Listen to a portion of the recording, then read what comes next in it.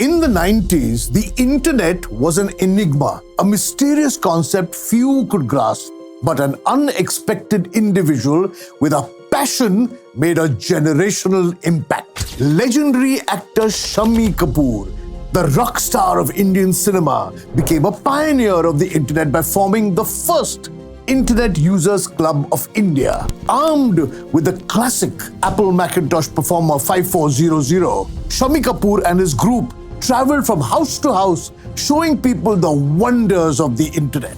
But Shammi Kapoor is only one part of the story of how the internet came to India and transformed the way we live. From digital payments to digital content, from social media to shared calendars, from online shopping to recipe videos to food delivery apps, very important for me. The influence of the internet on our daily lives is everywhere.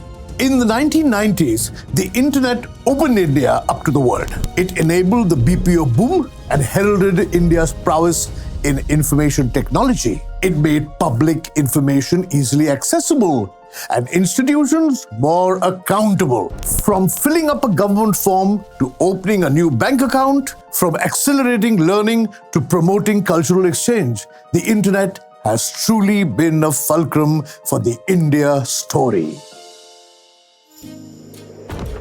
Hello and welcome to A Century of Stories India, brought to you by IDFC FIRST Bank, always you first. I'm your host Kunal Vijaykar, and this is a special Independence Day episode of our show. It's been a whole year of stories about innovation, valor and achievement. We've traveled together, you and I, through time to meet the architects of India's science, sports, entertainment and business landscapes. And you can check out our entire playlist by clicking here.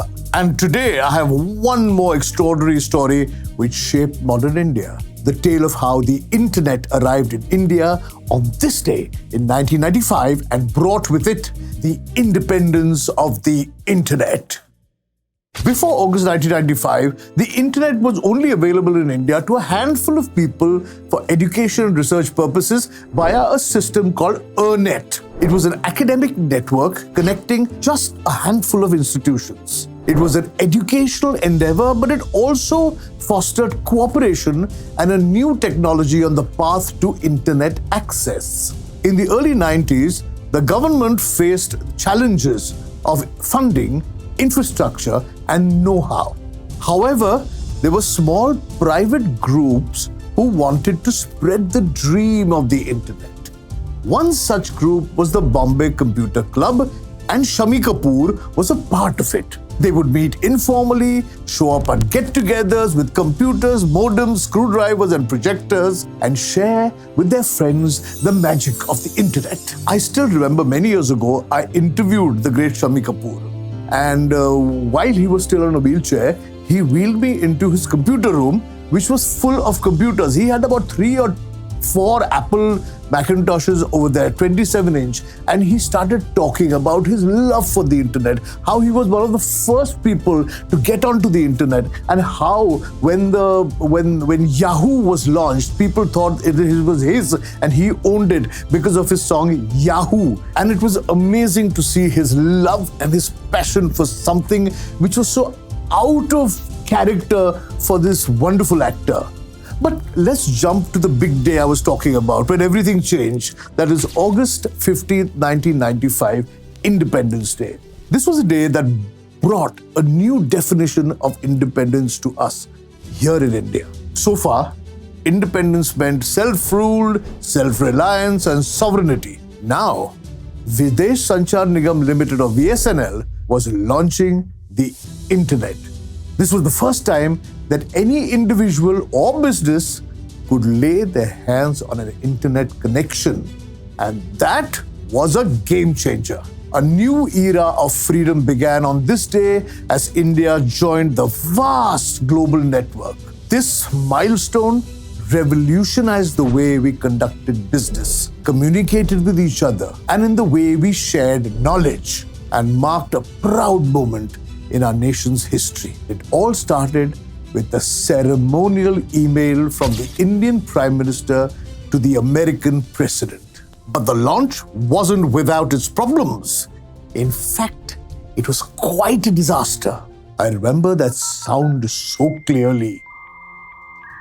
Yes, those dial-up connections were great for making telephone calls. They just weren't suited for data. Every 3 minutes, they would get disconnected. Connectivity, even within the selected cities of Delhi, Bombay, Calcutta, Madras, and Pune, not so great. VSNL had underestimated the number of interested customers. The ratio of phone lines to consumers was just not enough to meet the demand. And outside of the 5 key cities, internet access was subject to exorbitant STD charges, 35 rupees a minute. Can you imagine? I still remember walking into a VSNL office for a connection when monthly costs for a 9.6 kbps connection started at 5,000 rupees. And now you can get a 1 GB of high-speed internet for 7 rupees. The chairman and MD of VSNL, BK Singhal, addressed these issues in a press conference. He made a very rare and unusual admission. I goofed up. I goofed up big time, he said. And he asked for 10 weeks to repair the situation and build a system that India would be proud of. Remember that small group of early adopters? The boisterous bunch that called itself the Bombay Computer Club? They came to the rescue. As a ready group of beta users for the internet, they could give VSNL some valuable constructive criticism, be it graphs of download speeds, notes on the consumer experience, or what was happening in other countries. They already knew it all, and they helped BK Singhal and his team with it. The VSNL team worked tirelessly, adding servers, developing dedicated data lines, bringing in fiber-based cables, and cutting tariffs by half. They worked with private franchisees for marketing and took ideas from global counterparts. The result was a stable and robust system developed well within the 10-week deadline. And that is the story of how the internet came to India. It brought with it a vibrant ecosystem for commercial enterprises and personal growth alike. Businesses could sell their products across the world. Indians could offer their services internationally. And learning had no bounds. The internet was vital in India's software revolution and elevated India to the status of a tech giant. We made advances in commerce, healthcare, and scientific research like never before. But even on a personal level, without the internet, life would be very different. There would be no UPI, net banking, email, e-commerce, no social media, streaming platforms, dating apps, and no videos and reels like this one. India has over 82 crore active internet users today. There are many powerful things you can do on the internet. One of them that I recommend is checking out Shammi Kapoor's website, jungli.org.in, which is still active today. You've been listening to A Century of Stories India, brought to you by IDFC FIRST Bank, always you first. It's been a fantastic year of bringing you incredible stories like this one. Make sure you check out more from our playlist by clicking here. I'm Kunal, and I'll be back with you next week with another significant story from our great history.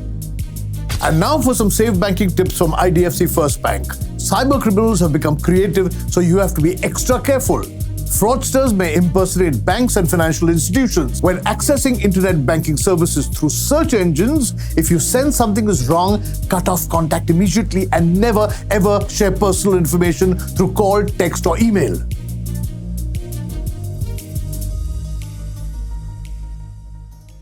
IVM